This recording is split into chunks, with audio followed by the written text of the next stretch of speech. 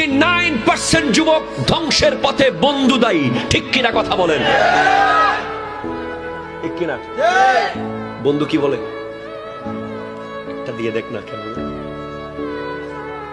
ও বলে না না না প্লিজ, আমার বাসায় শুনলে আমাকে মারবে, আমার মা আমাকে মারবে, বাবা আমাকে মারবে, খুব চিন্তা করে।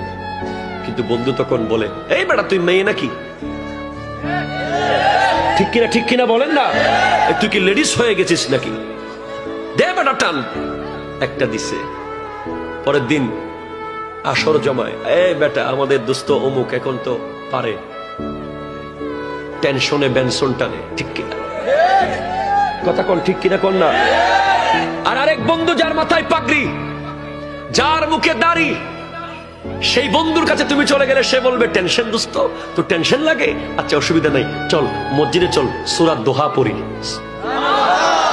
বন্ধুর পার্থক্য তুমি খেয়াল করো। টেনশন লাগলে সূরা দোহা পড়বেন, টেনশন চলে যাবে। আর ওই বন্ধু, একটু বন্ধ করো, ওই বন্ধু যে কয় একটা টান দিলে টেনশন দূর হয়ে, তাকে বলবে এটা ফেলে দে, চল তসবিহ হাতে নে। সিগারেট ছাড়তে হবে, তসবিহ ধরতে হবে। মনে রাখবে, পারমাণবিক অস্ত্রের চেয়ে আরো ভয়াবহ অস্ত্র হলো সিগারেট। ঠিক কিনা কথা বলেন না? পারমাণবিক অস্ত্র তোমাকে একেবারে শেষ করে দেবে 1 সেকেন্ডে। তুমি ধূলিসাৎ হয়ে যাবে, তুমি আর থাকবে না। কিন্তু সিগারেট তোমার জীবনকে খান খান করে শেষ করবে।